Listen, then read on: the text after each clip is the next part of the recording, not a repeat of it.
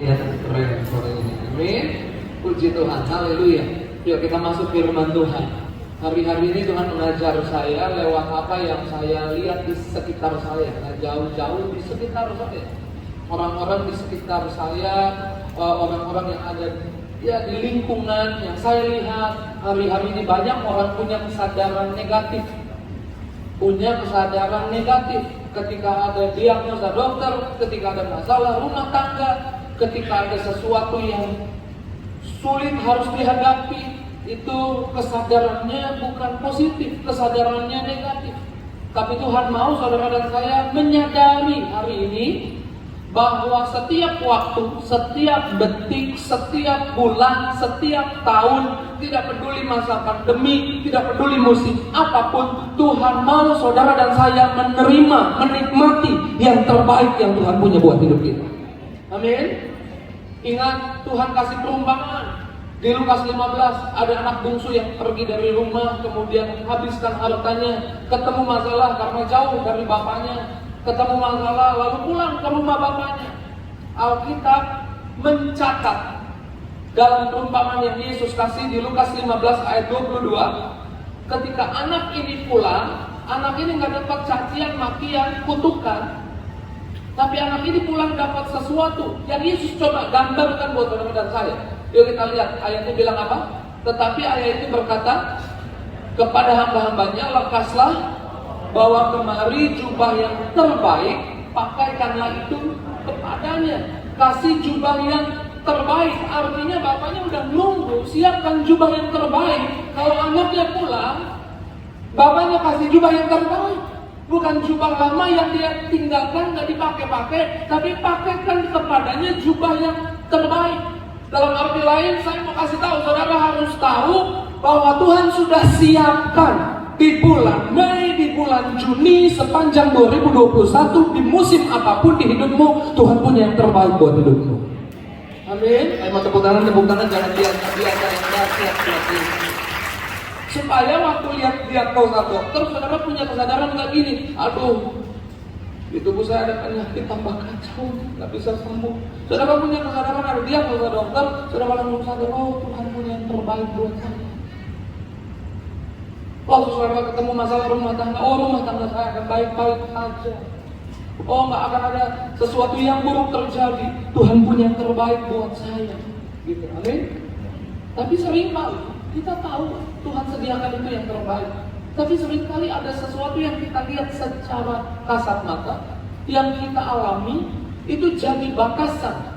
Seperti saya menyebutnya seperti jadi langit-langit atau atap, sehingga kayaknya kita nggak bisa lebih lagi karena ada yang hambat, ada yang halangi. Ingat kisah orang lumpuh yang dibawa teman-temannya mau ketemu Yesus, karena teman-temannya percaya kalau ketemu Yesus pasti sesuatu terjadi. Amin. Kalau ketemu Yesus sesuatu yang baik terjadi. Teman-temannya bawa orang lumpuh ini di Lukas 5. Ketemu Yesus sesuatu yang baik. Ada Yesus sesuatu yang baik pasti terjadi. Saya ingatkan supaya saudara sadar, di dalam ibadah sore ini 2-3 orang berkumpul dalam nama Yesus, Yesus ada di sini. Kita ketemu Yesus, sesuatu yang baik pasti terjadi. Amin. Tepuk tangan dulu yang ganjar yang mereka sadar, mereka tahu ketemu Yesus sesuatu terjadi. Tapi ada sesuatu yang kayaknya hambatan, halangan. Dibilang begini, karena mereka tidak dapat membawa mereka masuk berhubung banyaknya orang di situ. Ya tahulah ketemu Yesus pasti sesuatu terjadi.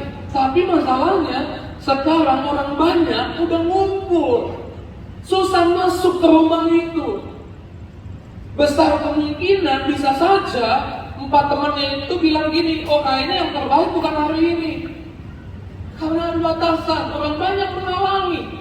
Tapi saya suka 4 orang ini bongkar atap itu, sehingga temannya bisa dapat yang terbaik dari Tuhan, itu kesembuhan, dosanya diampuni. Nah, ada beberapa hal, saya catat ada beberapa hal yang perlu kita bongkar. Ada atap-atap yang perlu kita bongkar supaya kita bisa dapat yang terbaik di setiap musim hidup kita. Amin. Saya mencatat atap yang perlu dibongkar seringkali itu bicara tentang atap atau langit-langit kesalahan masa lalu, sejarah hidup yang buruk di hari yang kemarin.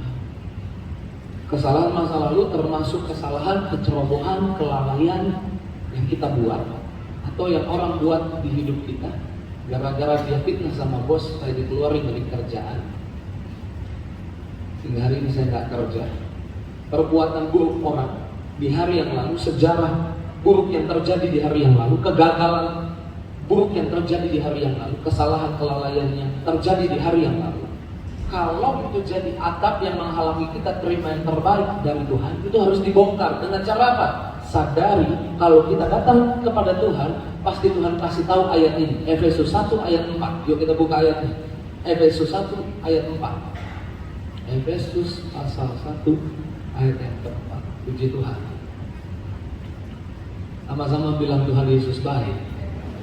Amin. Kita baca 2, 3. Sebab di dalam Dia Allah telah memilih kita. Kapan memilih kita? Sebelum haleluya, sebelum dunia dijadikan. Supaya, kata supaya bicara tentang Tuhan punya rencana buat hidupmu. Supaya apa?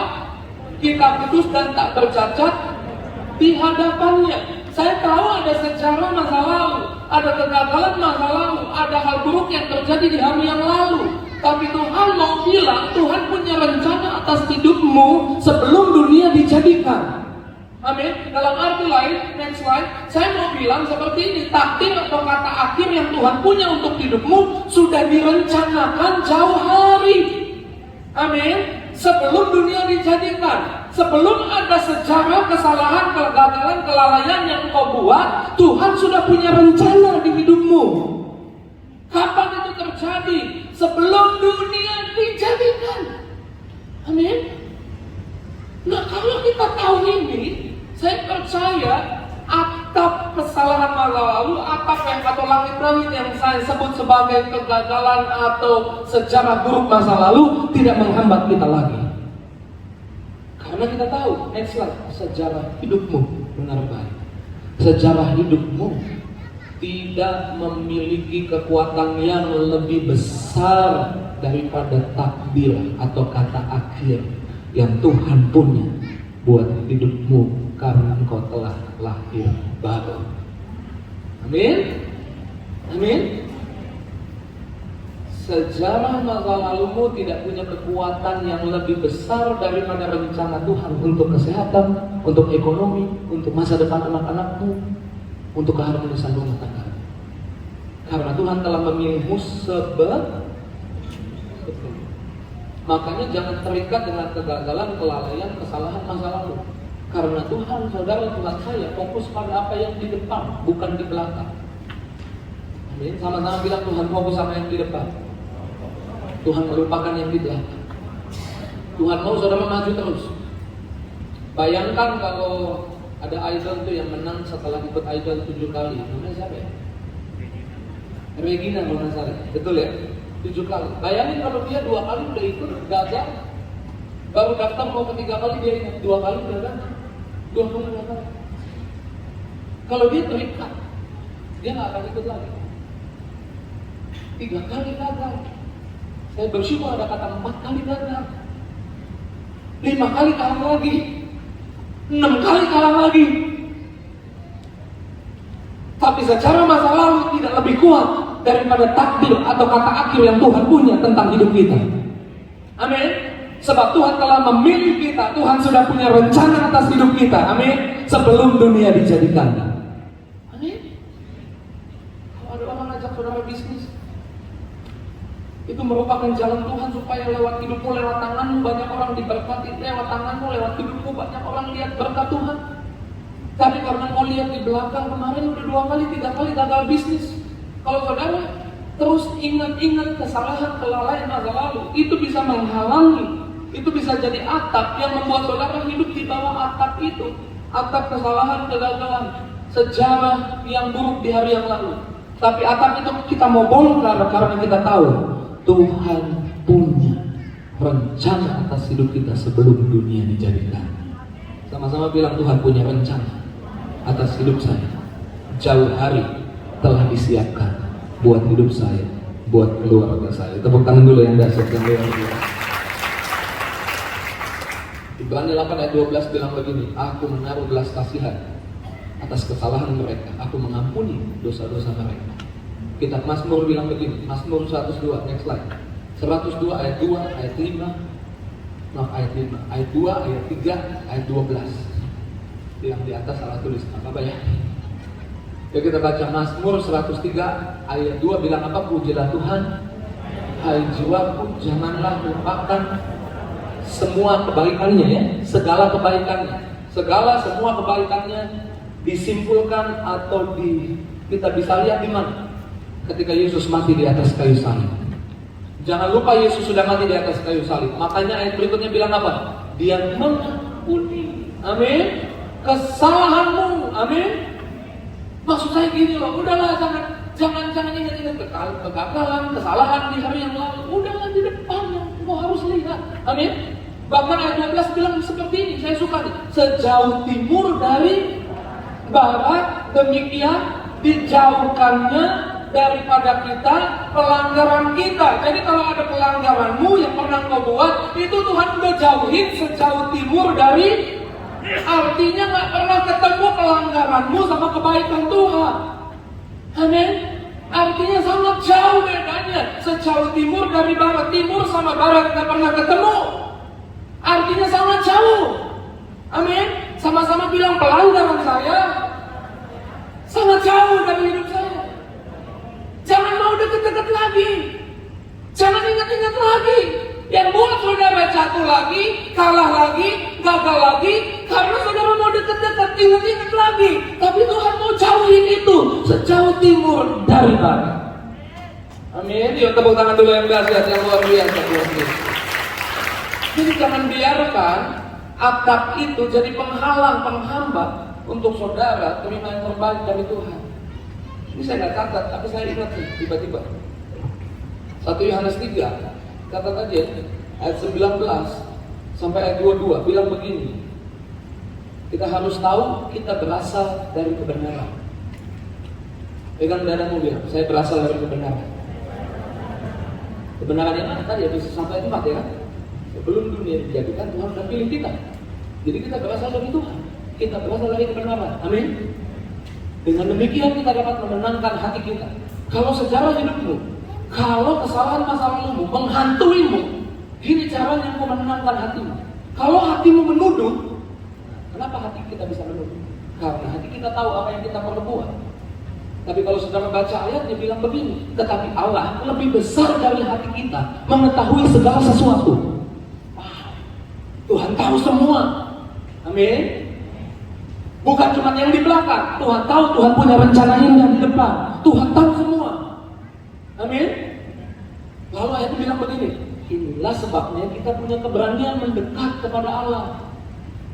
Kenapa? Karena ketika hati kita menuduh, Allah sudah mengirim Yesus untuk mati di kayu salib untuk mengampuni dosa kita. Pilihannya ada pada saudara. Saudara mau ada di pihak Allah atau ada di pihak hatimu. Allah lebih besar dari hatimu. Amin. Jangan biarkan hatimu bisa menuduh, membuatmu ingat-ingat hari yang lalu.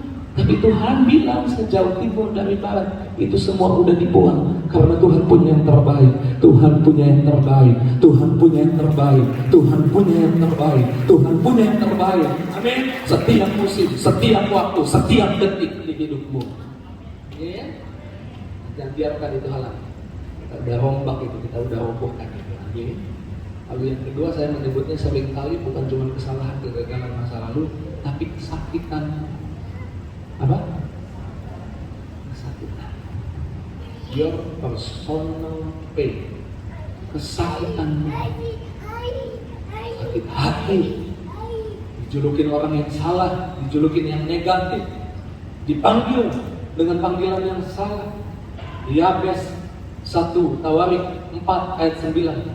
Walaupun dijelaskan Yabes lebih dimuliakan daripada saudaranya, itu penjelasan pertama tentang Yabes. Kenapa? Karena sebelumnya sejarah Yabes diberi nama Yabes karena ibunya melahirkan dia dengan kesakitan. Ibunya panggil dia kesakitan. Itu mungkin membuat dia juga menjadi sakit. Kenapa dipanggil kesakitan? Saudara-saudara keluarganya semua panggil dia kesakitan. Mungkin ada julukan-julukan yang orang kasih. Orang panggil tentang hidupmu. Itu orang tuh. Kedua kali pacaran gagal nikah. Sakit. Ngomongnya gitu lagi orang. Kesakitannya. Julukan orang, nggak tahu julukannya beda-beda, panggilannya beda-beda. Tetapi ketika Yabes melihat dunia, orang di sekitarnya, keluarganya, ibunya panggil dia kesakitan, dia memanggil kepada Tuhan. Jadi gimana atasinya? Saudara harus memanggil kepada Tuhan. Yabes berseru kepada Allah Israel. Berseru bilang apa? Minta apa? Berkati aku, oh Lord bless me indeed. Berkati aku berlimpah-limpah. Jadi berkat bukan bicara hanya tentang uang. Yang kanan kirinya berkat bukan cuma tentang uang. Amin. Alkitab mencatat berkat itu konteksnya luas, semuanya yang baik, yang sudah dibayar di atas kayu salib, disediakan di atas kayu salib buat hidupmu, itu berkat. Berkat itu gimana cara mendapatkannya? Diterima. Amin. Berkat yang terbesar itu apa? Keselamatan. Kita masuk surga itu berkat terbesar. Bagaimana saudara mendapatkan berkat itu? Terima keselamatan yang sudah disediakan. Amin.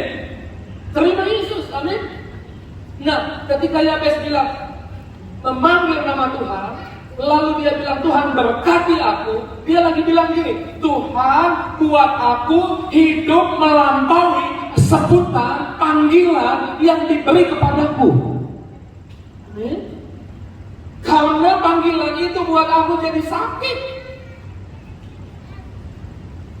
Jangan hidup di bawah atap langit-langit kesakitanmu. Atasinya gimana? Panggil Tuhan dan minta Tuhan berkati. Gimana minta Tuhan berkati? Minta Tuhan buat saudara dan saya hidup melampaui panggilan-panggilan, sebutan-sebutan negatif yang orang bilang tentang kita, yang mungkin buat hati kita sakit. Amin. Habis gitu. Bahkan saya suka yang Yabes bilang, oh Lord bless me indeed. Bless me indeed. Berkati aku, tanda seru gitu. Kalau bahasa Inggris tuh, berkati aku, tanda seru. Pokoknya berkati, buat aku hidup melampaui sebutan mamaku. Mamaku bilang aku kesakitan. Buat aku hidup melampaui kesakitan. Makanya dia bilang perluas daerahku. Karena kalau saudara hidup melampaui batasan-batasan yang orang buat tentang hidupmu, atap yang orang buat di atasmu, saudara hidup melampaui itu hanya karena berkat Tuhan. Amin. Dan kalau saudara bisa hidup melampaui itu jadi kesaksian buat banyak orang. Banyak orang datang sama Tuhan, wilayahmu diperluas. Yabes bilang, taruh tanganmu di atas kepalaku. Tangan Tuhan bicara tentang penyertaan Tuhan, berkat Tuhan, perlindungan Tuhan. Supaya apa katanya? Malapetaka jangan menimpa aku. Supaya yang jahat, teks bahasa Inggris itu, yang jahat jangan menimpa aku. Apa yang jahat? Apa itu malapetaka? Dalam perjalanan saya belajar Alkitab, saya buat kesimpulan tentang malapetaka. Malapetaka adalah ketika kita menyakiti hati Tuhan dengan cara atau melalui tindakan atau hati kita yang gak percaya janji Tuhan. Saudara boleh hidup di masa pandemi, dunia boleh mengalami kekeringan, dunia boleh kacau balau. Tapi kalau saudara hidup berdasarkan janji Tuhan, percaya pada janji Tuhan, percayalah yang saudara lihat adalah yang terbaik yang dari Tuhan, yang Tuhan sediakan di setiap musim hidupmu. Yang tepuk tangan jangan biasa-biasa yang kasih. Boleh banjir seisi dunia, tapi Nuh hidup dari apa yang Tuhan janjikan. Dia nikmati yang terbaik dari Tuhan. Tapi saudara jadi kena malapetaka kalau saudara ragu janji Tuhan. Kenapa kita ragu janji Tuhan? Dengan cara apa kita ragu janji Tuhan? Karena kita batasi Tuhan. Seisi dunia bilang penyakit ini nggak bisa disembuhkan. Lalu saudara mulai bilang, aku tahu Yesus penyembuh, tapi semua orang kena sakit ini nggak bisa sembuh. Tuhan lagi bicara sama seseorang. Saya rasakan Tuhan lagi ngomong sama seseorang. Di dunia bilang nggak bisa sembuh, jadi saya batasi. Ya udah deh, orang untuk kesembuhan yang lain orang lain alami, tapi saya kayaknya nggak bisa. Waktu seperti itu saudara menyakiti Tuhan. Waktu menyakiti Tuhan karena malapetaka. Kenapa malapetaka? Karena saudara nggak percaya janji Tuhan. Tapi saya bersyukur saya berdiri di hadapan orang-orang yang percaya janji Tuhan. Amin. Slide berikut ayatnya bilang begini, Mazmur 78 ayat 41. Berulang kali mereka mencobai Allah, menyakiti yang Maha Kudus. Garis bawah kata menyakiti. Kata menyakiti dalam King James versi ditulis limited, membatasi Tuhan. Utang banyak di PHK, gimana bisa lunas?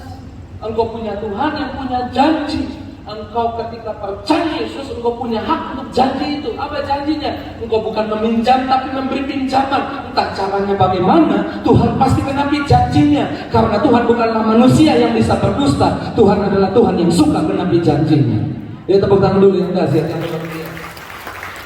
Amin. Bukan cuma kita lepas dari kesakitan, tapi kita juga akan menyakiti Tuhan supaya kita nggak kena malapetaka. Malapetaka ketika kita ragu janji Tuhan. Dunia lagi kacau, kita ikut-ikutan kacau. Nah, kita bahas, tapi sekali lagi, saya percaya, saya berdiri di hadapan orang-orang yang percaya janji Tuhan. Amin, saudara nggak hidup lagi di bawah atap kesakitan. Amin, kita terobos atap. Yang ketiga, kelemahanmu. Apa yang ketiga? Your personal weakness. Kelemahanmu. Pak, tapi saya punya kelemahan. Itu yang buat saya. Walaupun saya tahu Tuhan itu sediakan yang terbaik, tapi kalau saya lihat kelemahan saya, itu jadi batasan, seperti atap, seperti langit-langit yang membatasi saya untuk terima yang terbaik. Saya nggak mungkin dapat. Paulus datang sama Tuhan, bilang begini, Tuhan lepaskan aku dari kelemahanku.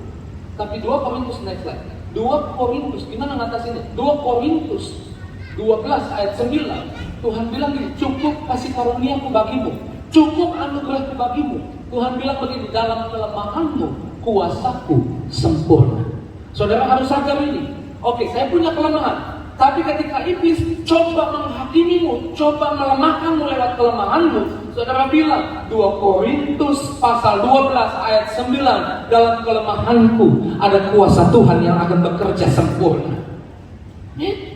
Jangan depresi sama kelemahanmu, jangan putus asa sama kelemahanmu, atasi kelemahanmu, sehingga dalam kelemahanku kuasa Tuhan sempurna.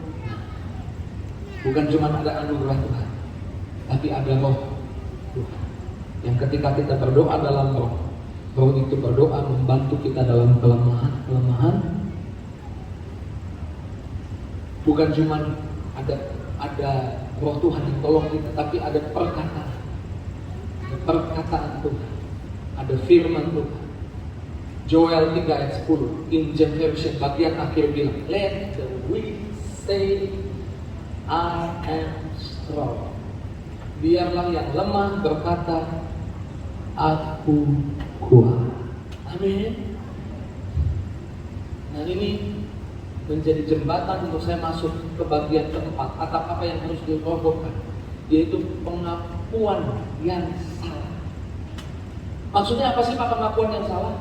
Kata-kata kita yang salah. Karena berasal dari pemikiran yang salah, keluar kata-kata yang salah. Maksudnya apa sih Pak? Next slide, biar lebih jelas. Berhenti mengurung diri melalui perkataan yang kita katakan. Hidup dan mati dikuasai lidah. Kata-katamu seperti tombol lift. Kata-kata saudara seperti apa? Ada tombol naik ke atas, ada tombol turun ke bawah.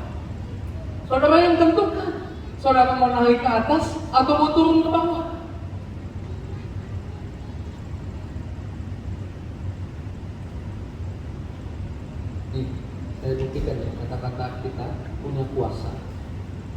untuk buat kita semangat, tubuh kita jadi lebih kuat atau lebih lemah? Coba tengok dulu kanan kirimu, bilang, baju kamu keren banget hari ini. Bilang kanan kirinya, wajahmu kelihatan keren hari ini. Tuh kan senyum-senyum kan? Ya kan perasaannya beda kan? Ada beda begitu ya? Iya senang kan? Senang kan? Coba yang suami istri, suaminya bilang, kamu wanita yang paling cantik di dunia. Tuh kan? Ibu-ibu ketawa kan? Senang kan? Iya kan? Karena itu tombolnya tombol naik ke atas. Coba kalau tombolnya pencet tombol ke bawah. Istrinya udah dandan rapi-rapi, lalu dibilang, ayo mau nongkrong kan? Bentar Pak lagi dandan. Berharap nih, wah keren. Papanya bilang, suaminya bilang, pas keluar, mama kayak badut. Hah? Aku udah dandan capek-capek, iya terlalu mewah. Terus ya kan? Orang nggak jadi begini.